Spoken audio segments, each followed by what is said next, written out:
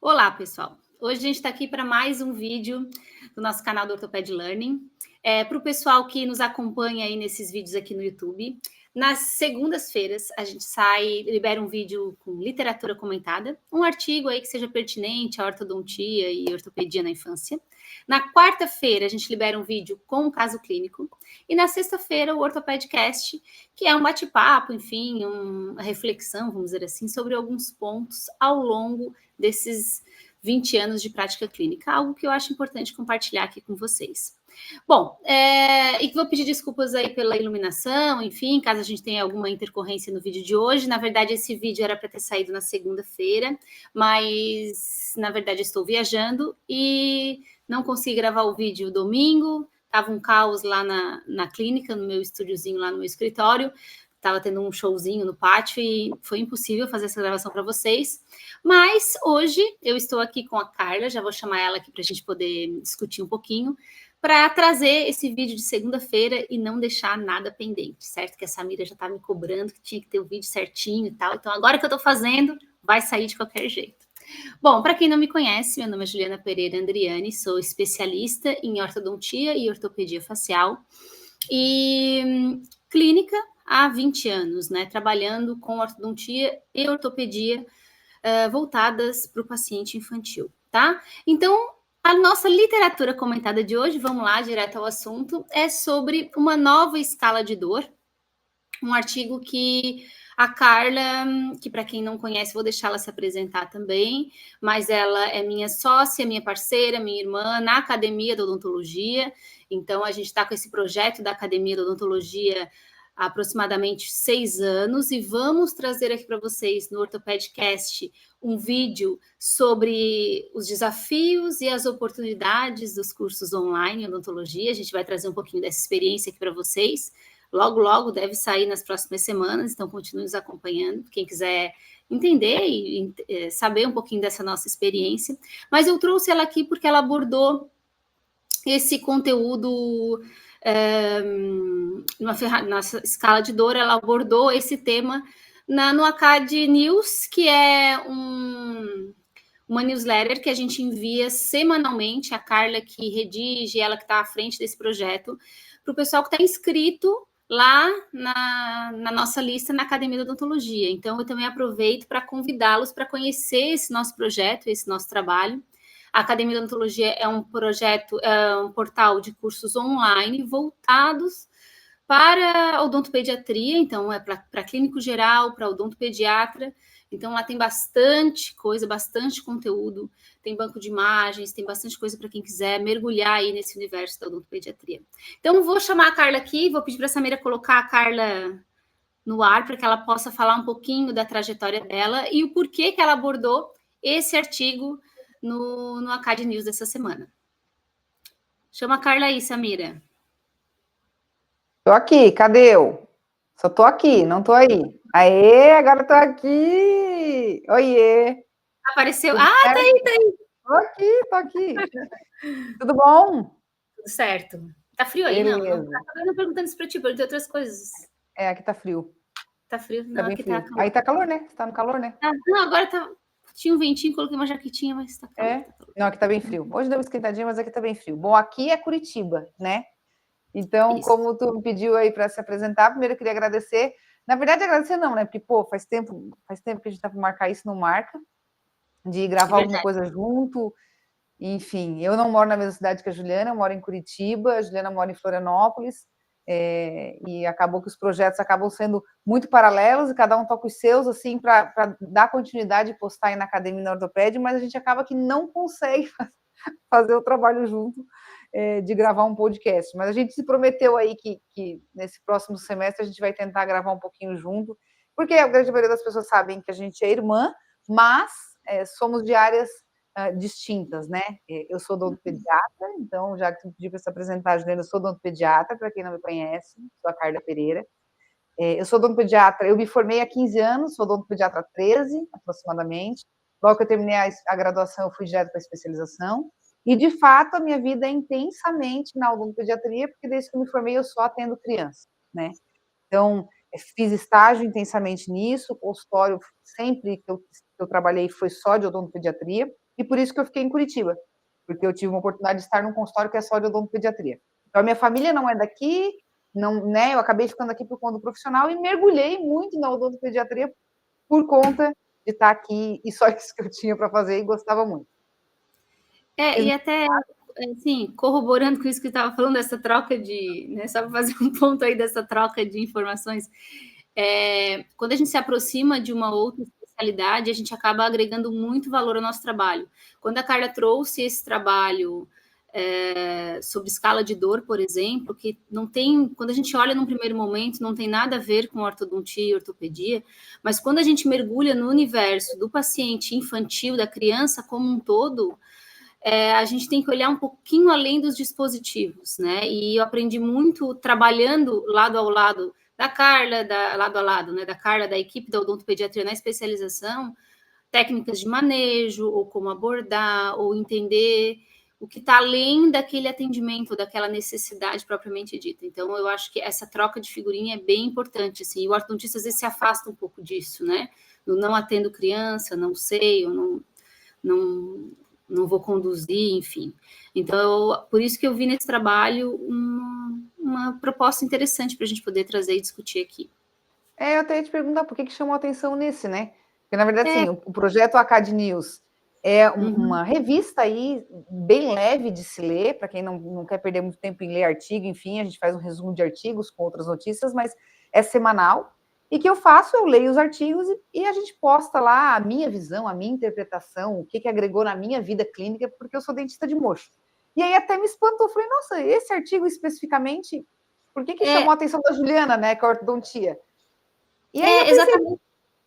Desculpa te interromper. Não. Eu pensei, será que é porque os outros eu falo de tratamentos que ela não faz? Por exemplo, sei lá, restauração, endo, pulpectomia, pupotomia, CTZ, sedação, não sedação. E aí quando me chamou, eu falei, cara, por que será? Eu falei, porque talvez esse seja um dos únicos trabalhos de postar que tu usa em outra área, né?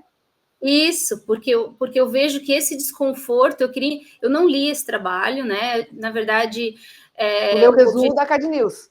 Isso, e o objetivo aqui desse vídeo do Literatura Comentada é trazer algum artigo que seja bem pertinente, atual, enfim, então é algo que eu estou lendo, estou procurando, estou estudando, então não é algo que eu já tenho há muito tempo atrás, né? Então, quando eu li esse teu trabalho, eu já tinha visto que tu postou sobre ele um tempo atrás, acho que no Instagram, Stories. algo do tipo, e me chama a atenção porque há desconforto e dor também no tratamento ortodôntico. Às vezes, uma simples adaptação de banda, por exemplo.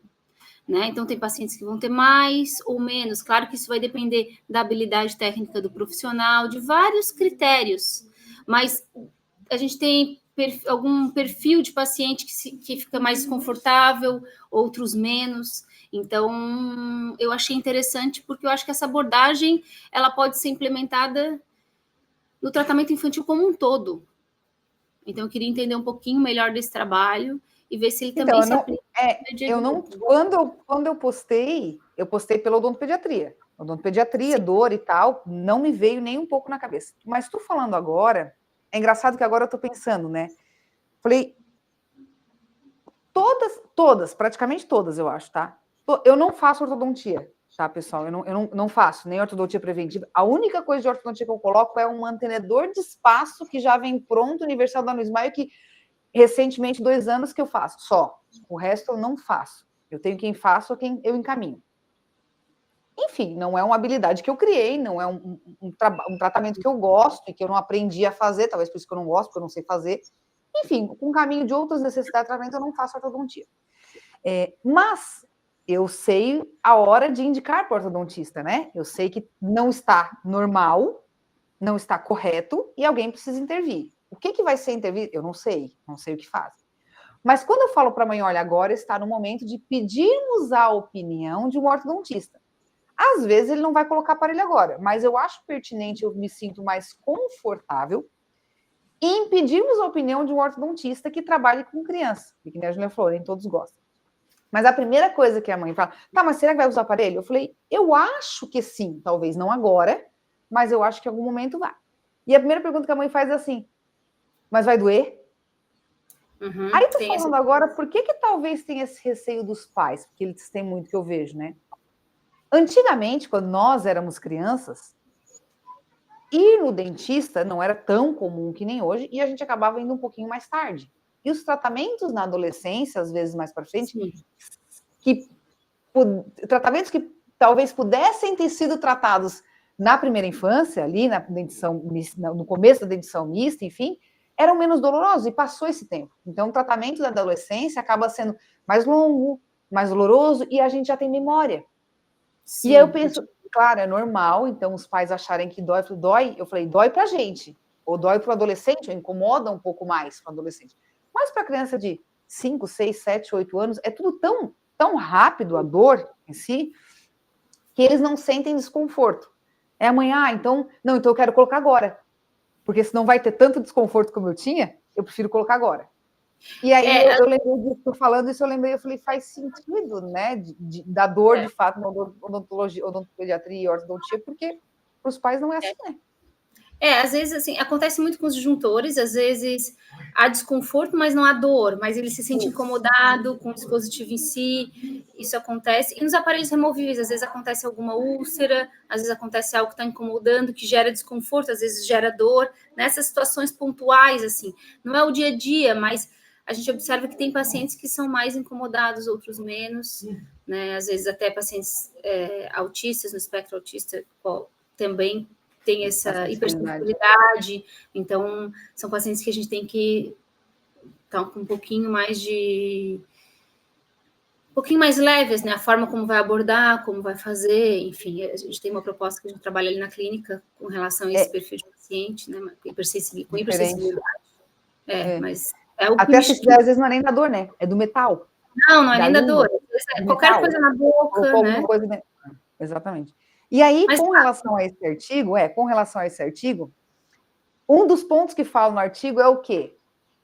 O artigo fala que é uma nova, foi preconizado, foi inventado, ou eles queriam testar, uma nova escala de dor, de sensibilidade à dor, de avaliação da dor do paciente. Então, percepção, como que a gente avalia, de percepção, como que a gente avalia a dor do paciente? Você pode perguntar para o paciente, você pode perguntar para terceiros, e é esse o impasse que tem na odontopediatria. A dor do paciente acaba sendo interpretada pela mãe, relatada pela mãe ou pelo pai, enfim, pelo responsável, que não é exatamente da criança, porque é muito difícil. Até adulto com adulto, a minha dor, se eu falar, Juliana, fala para o médico que eu tive dor. A dor que ela imagina é a dor que ela tem na experiência. Então, a gente tem esse problema, esse viés, porque na criança... Mas ele sentiu dor, mãe? Muita dor. Sim, a percepção. Ele tá comendo, né? Percepção. Então, a ideia de ter escalas para as crianças, uma maneira de avaliar a dor diretamente com a criança, você tira esse viés, de que não é pelo relato da mãe, pelo relato do pai. Essas escalas que, na verdade, a gente está abordando são as escalas que já são validadas, né, na literatura. Então, existem escalas preconizadas, tanto para pais quanto para criança, né? São as carinhas. Antes até, de repente, se der para colocar aqui a imagem do artigo... coloca aquela escalinha, aquela coloridinha, não a nova do artigo, aquela com a carinha bem redondinha. Essa imagem que vocês vão ver, isso, é uma escala de dor que já é validada, que é usada há muito tempo, muitos estudos. Carla, tu tem como colocar ali o título do artigo para quem quiser acessar qual é a revista que a gente está falando, né? Tá, boa. Então vamos lá. Então, vai ser colocado na tela, mas é esse aqui, ó. Essa é a revista base que eu tenho, que eu uso, Carla, para o meu estudo contínuo.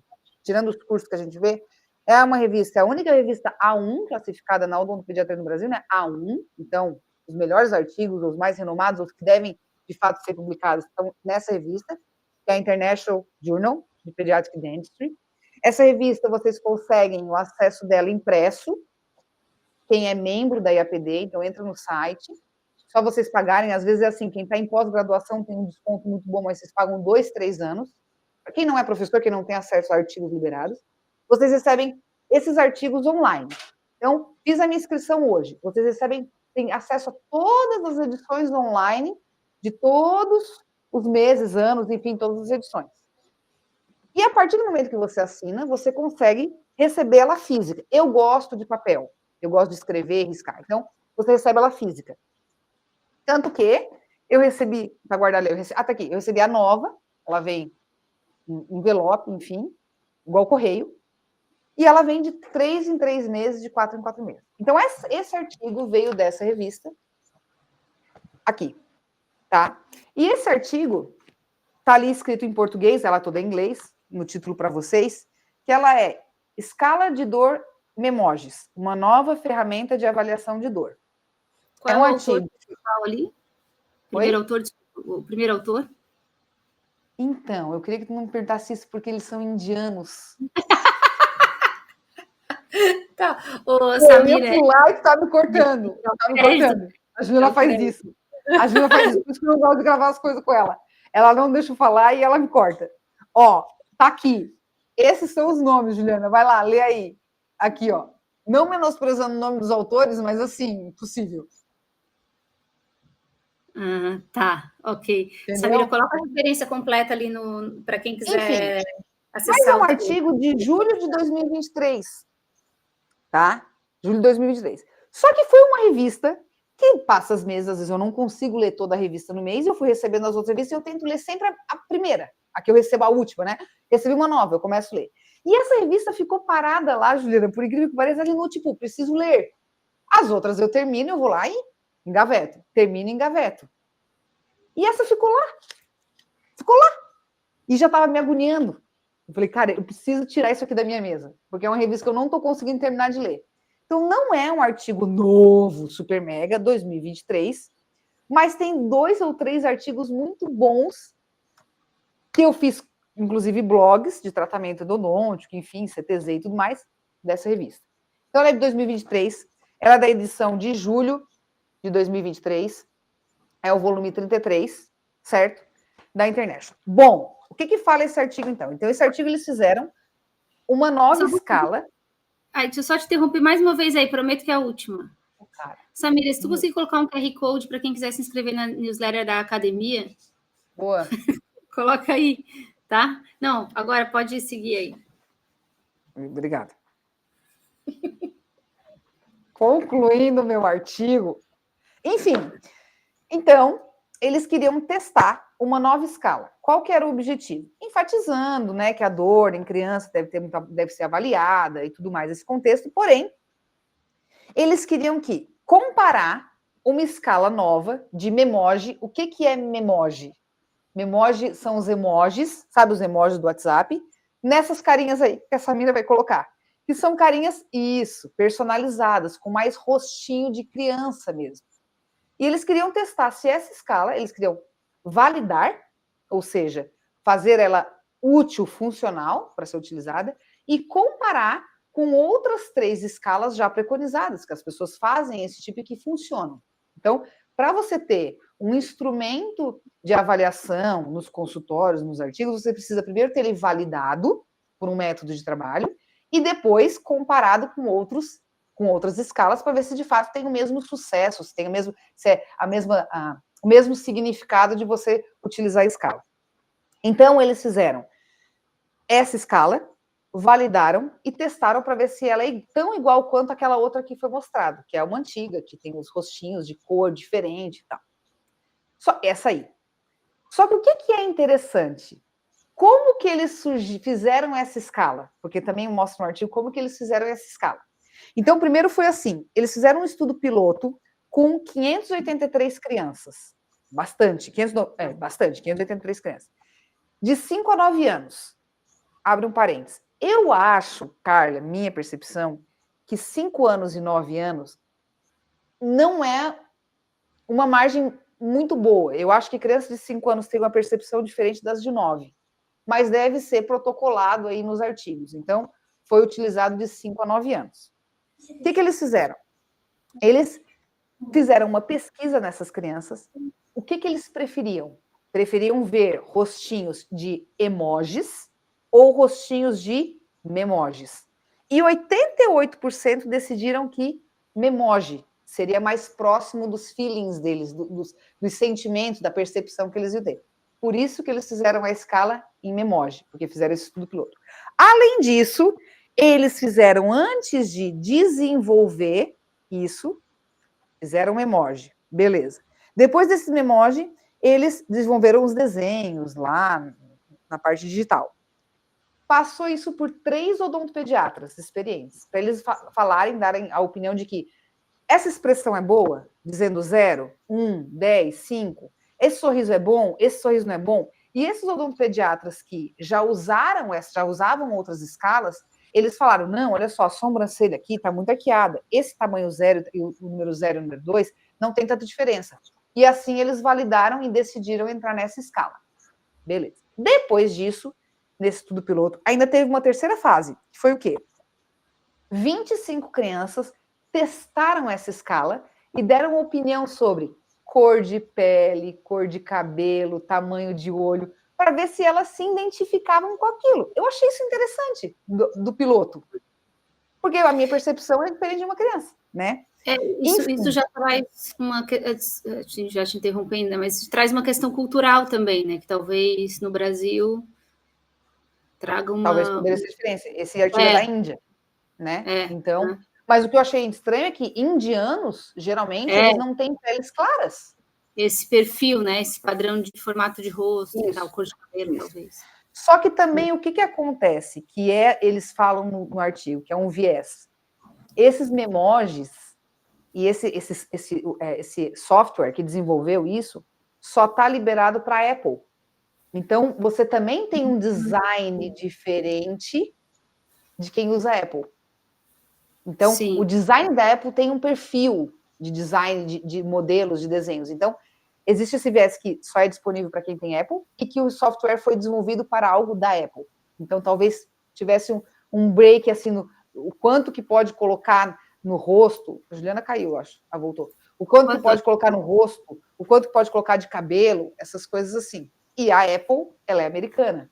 Então, iria seguir fatalmente um design mais americanizado, tá? Bom, fato é que, com esse teste, desenvolveram essa escala e colocaram no público para validar e para comparar.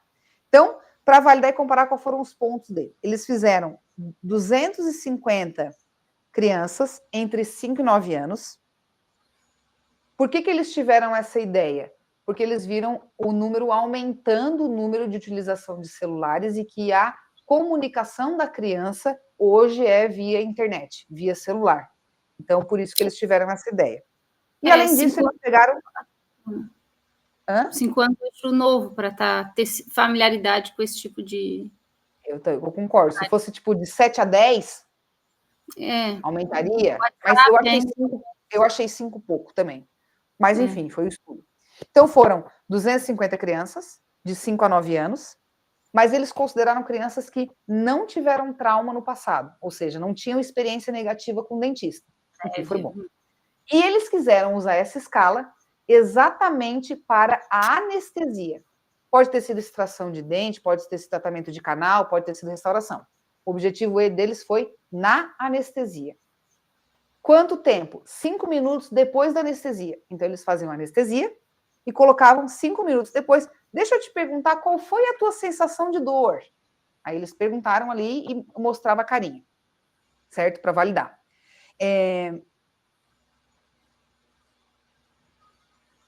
O que aconteceu? Eles desclassificaram algumas crianças. Então, por exemplo, as crianças que eles têm um rating lá, né, uma taxa de números, assim, 1, 2, 3, 4, 5.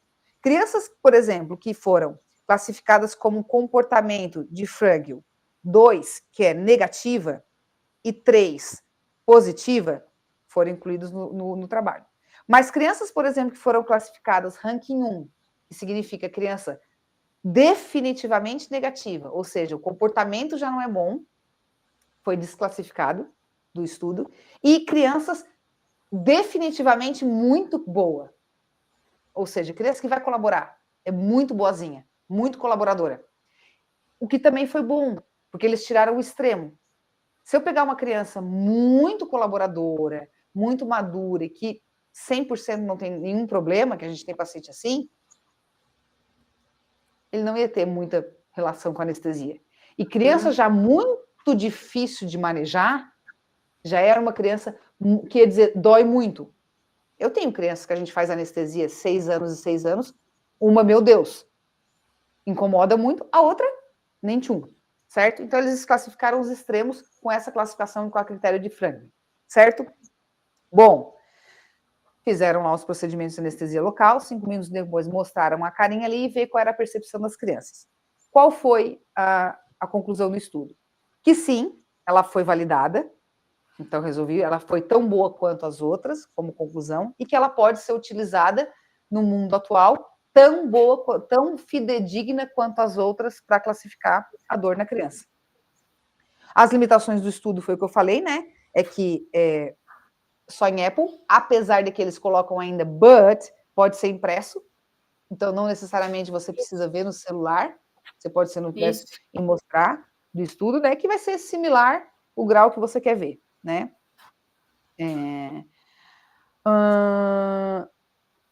Crianças que têm mais medo, são mais ansiosas com relação à agulha, é um viés para você fazer o estudo, porque tem esse subjetivo, então você tem que saber, lembrando que você tinha, eles pegaram crianças sem histórico nenhum, então se você pega uma criança que já tem um histórico de medo de agulha, ou que já sentiu dor pelo procedimento, e se você faz a escala e não dá certo, ela tem muita dor, às vezes é por conta desse histórico da criança, certo? Eles falam que uma questão na discussão é que os resultados obtidos do estudo talvez não pode ser generalizado para todas as crianças, porque o status socioeconômico tem que ser considerado nesse estudo, né? E crianças que tenham algum nível de ansiedade também pode ter uma interpretação errada da escala, né? Por conta disso. Mas é isso, pode ser classificado em todas as crianças. E não teve diferença significativa em nenhum dos 3 métodos, incluindo essa nova escala. Eu achei bem legal, assim, até a questão a gente trazer, né, o que é... Eu acho que isso é trazer a prática clínica baseada em evidência, né? É tu trazer aquilo que dá e é se adaptar à tua realidade, entender como inserir no teu processo. Opa, acho que... Estou escutando. Faz? Acho que tô com um delay aqui, eu acho que a minha internet não está tão boa. Mas até a questão de... Eu acho que eu vou adaptar essa escalinha para a instalação dos dispositivos, porque é uma forma de tu começar a porta também com aquele paciente, sabe? Porque a gente instala o aparelho, não tá incomodando, e meio que tipo, tchau e benção, daqui a pouco ele vai para casa. Eu tive até uma experiência com o Lucas, que é meu filho, quando eu instalei o disjuntor, um procedimento assim que eu já instalei com certeza mais de 500 vezes, tipo, já fiz muitas vezes. E eu instalei nele às 11 da manhã, mais ou menos. Ao meio-dia, ele estava muito incomodado, um paciente super colaborador. Mas ele foi almoçar, ele ficou completamente desconfortável. E às vezes, principalmente quem não tem muita experiência, às vezes a gente ignora um pouquinho, entende que não tem problema, não vai ser nada. E para aquela que pode estar, de alguma forma, o teu tratamento causa um impacto na qualidade de vida daquela criança, maior ou menor, né? E essa escala acho que pode trazer um pouquinho essa percepção para que a gente possa tentar minimizar esse impacto. Tu pode começar a ver várias situações, por exemplo, o horário que faz, se a criança vem pequenininha e não vai, por exemplo, de manhã, o primeiro horário da manhã, vai para a escola, tem tanta coisa para se distrair na escola que nem presta atenção no disjuntor, não vai comer logo em seguida. Diferente de você instalar um disjuntor. Ou não, né? Ou fica completamente desconfortável, com vergonha. Exatamente. Às vezes, no final do dia, ele está tão cansado que nem vai jantar, que já cansou, botou o disjuntor, chega em casa, janta, banho, capota, não sente dor, né? Outra questão, às vezes a criança não quer colocar aparelho, não está tão confortável colocar aparelho. Colocou o aparelho, está pé da vida porque colocou o aparelho e tudo vai incomodar. Isso. Pode ser que ajude. Aí, às vezes, vocês conseguem ver, de fato, qual é o melhor período. Carla, beleza, o melhor período, realmente eu comecei a ver que de manhã é melhor colocar aparelho. E outra situação é se é só na primeira vez, se no retorno tá com a mesma sensação, ou se apertar ficou com outra sensação, entendeu? Ou até às vezes dá para a mãe essa escalinha printada, printada não, printada é em inglês, impressa.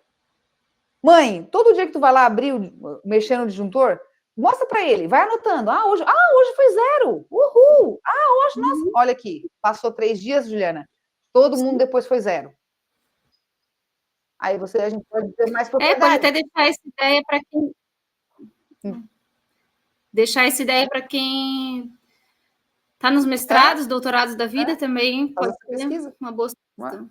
Mas é isso, assim, não é uma coisa que eu confesso que não é uma coisa que eu faço diariamente aqui, não é, mas eu imprimi e comecei a perguntar, assim, não sei o quanto que eu vou conseguir ser fidedigno nisso no nosso dia a dia, porque para quem não faz pesquisa, às vezes está mais corrido, esquece um pouco, eu confesso isso, mas às vezes não tem me ajudado para saber a escala, mas tem me ajudado só para a criança ver que eu me importo com alguma coisa além. Isso, e é o quanto tu se importa, exatamente então, isso. E a mãe gostou, assim, as mães estão gostando, que legal!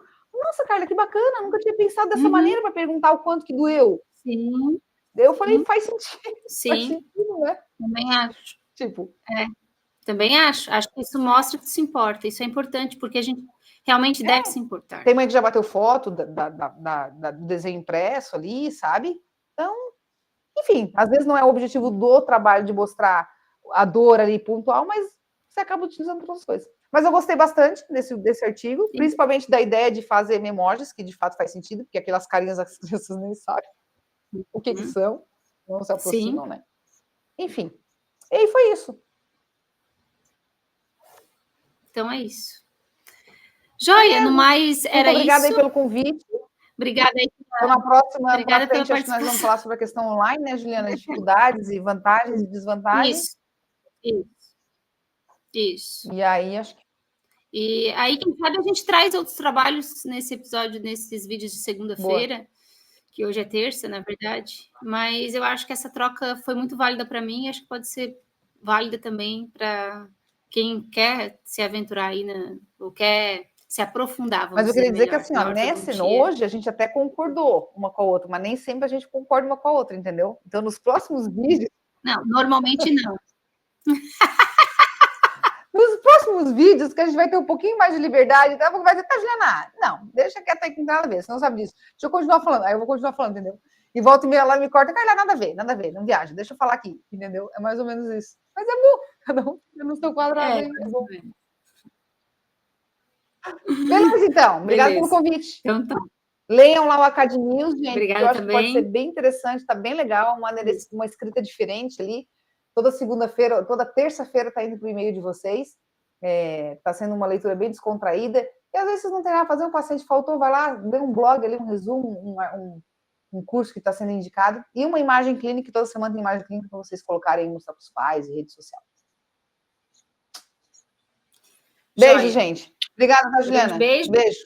Boa semana, Samira. Pode encerrar aí, eu que agradeço. Tchau, tchau.